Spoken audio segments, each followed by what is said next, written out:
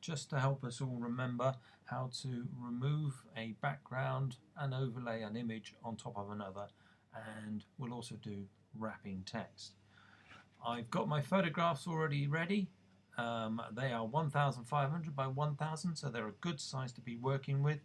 I could, of course, if I was doing an illustration, create a new doc to work with that is a specific size, but I don't need to today, so I'm just dragging my photograph straight into Photoshop. Now I want to select just our model.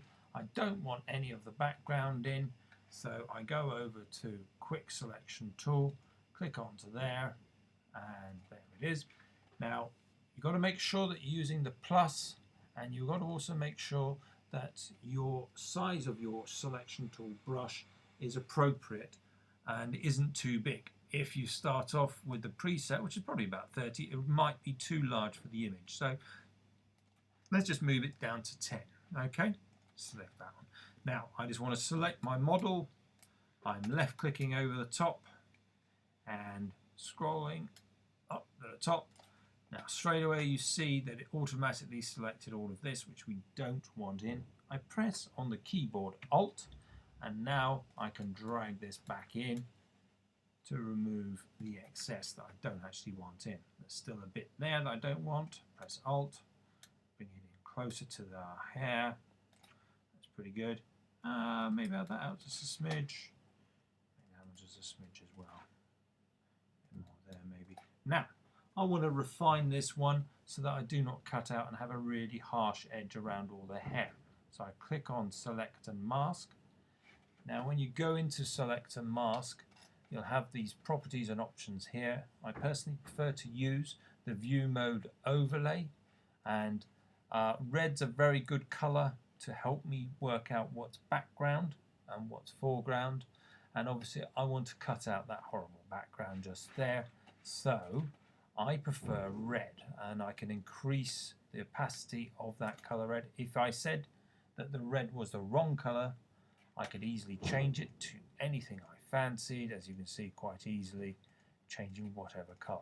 I'm going to go with red because I quite like it. Okay, I've also changed the opacity if I wanted it really obvious. Okay, so now at the moment I am on Zoom tool. I don't want to be on that one. Make sure that your computer's not on Quick Selection Tool, but it really needs to be on Refine Edge Brush. We click onto that. Now we can change the brush actual sensitivity quite easily, but I'm quite happy with that one just there.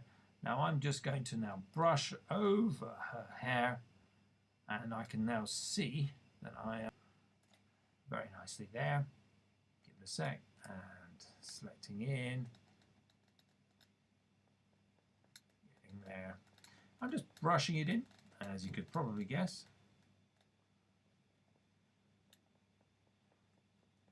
Almost. And there it is. If you find that you've gone a bit too far, you can press the Alt button on the keyboard and put some things back in if you wanted to. Okay, let's just wait till that's caught up. I'm going to put that back in again because I did actually want that one gone, and refine my selection. There you go. I think that's pretty good just there. Yeah. Now we wish to go over to here, and you've got the output settings.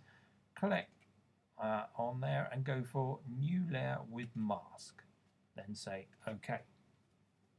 Then suddenly we have our model with a really quite nicely more natural hair going off into the background.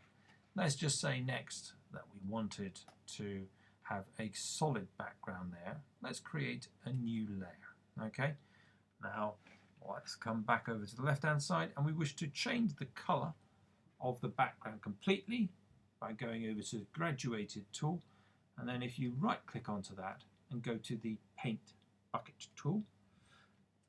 At the moment the paint bucket tool, if I were to click on it, will give me a blue. Maybe I don't want a blue, so let's just change that one to maybe a bit of a pinky tone one there, and then click again and it's pink. That's quite good. But of course, because we all know about the layering system, that layer is on top of that layer. I need to move this down. so that suddenly she is in the right position with a new background. And you will notice her hair looks pretty good and natural flowing into the background. Not too bad there. Now, let's just say I didn't like that solid colour. I can go for that graduated tool we saw earlier. And now I can then select the top left button, drag down, and then you get a very nice natural looking colour from left to right, or horizontal or vertical. Very easy to do. Okay, that's quite good. Now I want to change this now. I don't want that layer in there. I want to have a photograph and her on top of a photograph. So let's just kill that one and we go back to this one. I also want to move her a smidge. So let's go and change to the move tool. I can just trundle her over a smidge.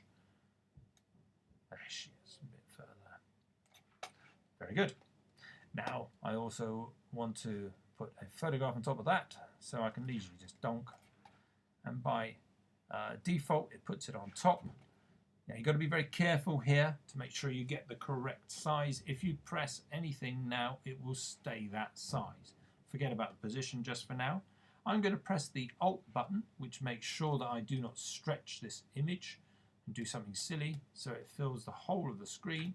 That's what I like. Yep, like that one. In fact, I'm going to increase it a bit more, and I'm just going to move that down a smidge. There we go. That's good. And now I can press OK. Now, I also don't want that there, so let's just drag that below the image of the person, and there she is with this BAFTA awards, I think they are in the background.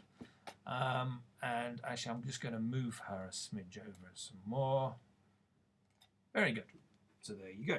So you've got her overlay another photograph completely, smoothly and simply. What I need you to do next is I need you to add some rules. If you find you haven't got this on the top, the ruler guides, you can press the Windows R and then that will put them on. You need both of them on the top and the bottom. You then click with your left button, and what we're doing is we're adding guidelines. We want to put some text in here, and we want guidelines so that it doesn't go above or below these. So I'm putting one at the top, one at the bottom. I'm not actually doing that. Actually, I should be reading the numbers, which I could easily do. Let's put one onto this side. They will look pretty even. There we go. Now, we want to add some text in here, and we don't want it to go over her face. So now we go over to the pen button, pen tool, and I'm going to start my pen tool here, and all I'm doing is roughly telling the text not to go over this line right here, thus making the text wrap around our subject. I think this is quite rough, but I think that will look quite nice. Now I go over to the left hand bottom corner, the top corner, and then back to the beginning. There you go, all done.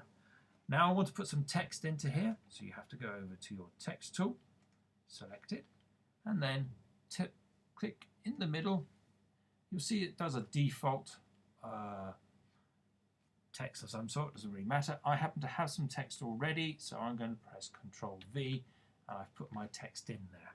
And it's about the BAFTAs award. You will now notice that the text wraps around quite nicely. I may decide, nope, don't like that colour in pink. Let's just change it to, I don't know, let's go for a blue.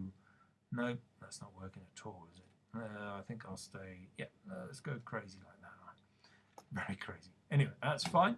So then we have our text wrapped around, and we have our two photographs as well. And that's it. I think that looks good to me.